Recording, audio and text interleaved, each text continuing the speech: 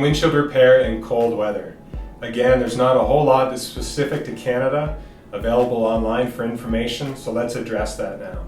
The three things that combine to create an environment in which you can do windshield repairs year-long in Canada is the air temperature, the humidity, and the UV index. So examples of those two extremes are, if the sky is clear with low humidity, you can still do repairs outdoors to -10 degrees Celsius.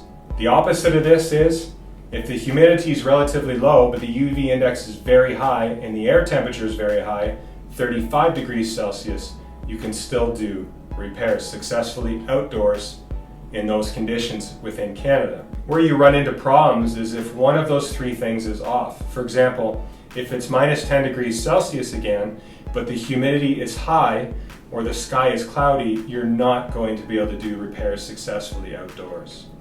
And likewise, if it's 35 degrees and the humidity is 85 or 90%, you're going to have a hard time removing the trapped air. The trapped air is what looks black or shiny from the damaged part of the windshield. So optimally, you want to be somewhere within the range on either extreme there. If you're not repairing outdoors and you're in a controlled shop environment, it just needs to be 5 degrees or warmer, whether that's with forced air or radiant heat. Humidity though, however, can still be a problem. So you just want to be sure that you're drying out the windshield damage.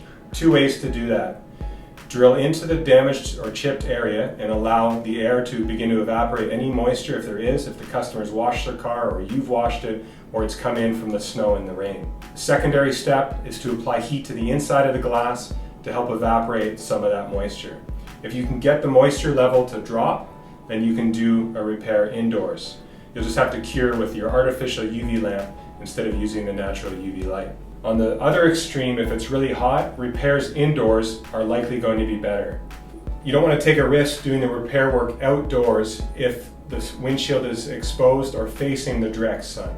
The contrast between the sun hitting directly on the glass and possibly a shaded part of the windshield or the part of the windshield you're doing the repair on that's now in the shade, that contrast can lead to a crack out or a split windshield. So if you have those extreme temperatures or high heat, it's better to do the repairs indoors. If you can't, simply face the vehicle away from the direct sun, the windshield away from the direct sun, roll all the windows down in the vehicle. This will cool the cab temperature and drop that temperature of the glass by about 10 degrees.